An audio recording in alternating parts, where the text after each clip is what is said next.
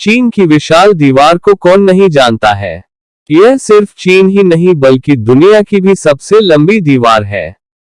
यह दुनिया के 7 अजूबों में शामिल है, जिसे अंग्रेजी में ग्रेट वॉल ऑफ चाइना कहते हैं। इस दीवार को बनाने के लिए ईंट, पत्थर, लकड़ी और धातुओं का इस्तेमाल किया गया है।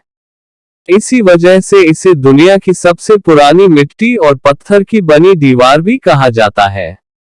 इस दीवार की लंबाई को लेकर थोड़ी असमंजस की स्थिति है, क्योंकि साल 2009 में किए गए एक सर्वेक्षण में इसकी लंबाई 8,850 किलोमीटर बताई गई थी, जबकि साल 2012 में चीन में ही किए गए एक राजकीय सर्वेक्षण के मुताबिक चीन की दीवार की कुल लंबाई 21,196 किलोमीटर है। यह शोध चीन के एक प्रमुख समाचार पत्र शिन्हुआ में भी प्रकाशित हुआ था।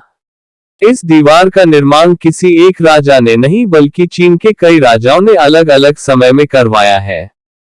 इसे बनाने की शुरुआत ईसा पूर्व 5वीं शताब्दी से हुई थी, जो 16वीं शताब्दी तक चली।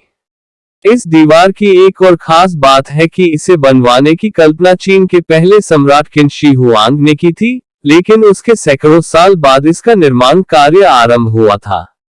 चीन के लोग इस दीवार को वानली चैंग चेंग के नाम से जानते हैं।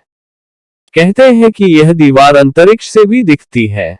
इस दीवार की अगर चौड़ाई की बात करें तो यह इतनी है कि इस पर एक साथ 5 घोड़े या 10 पैदल सैनिक एक साथ चल सकते हैं।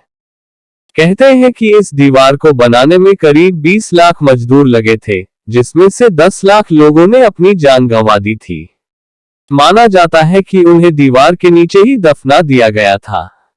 यही वजह है कि इस दीवार को दुनिया का सबसे बड़ा कब्रिस्तान भी कहा जाता है।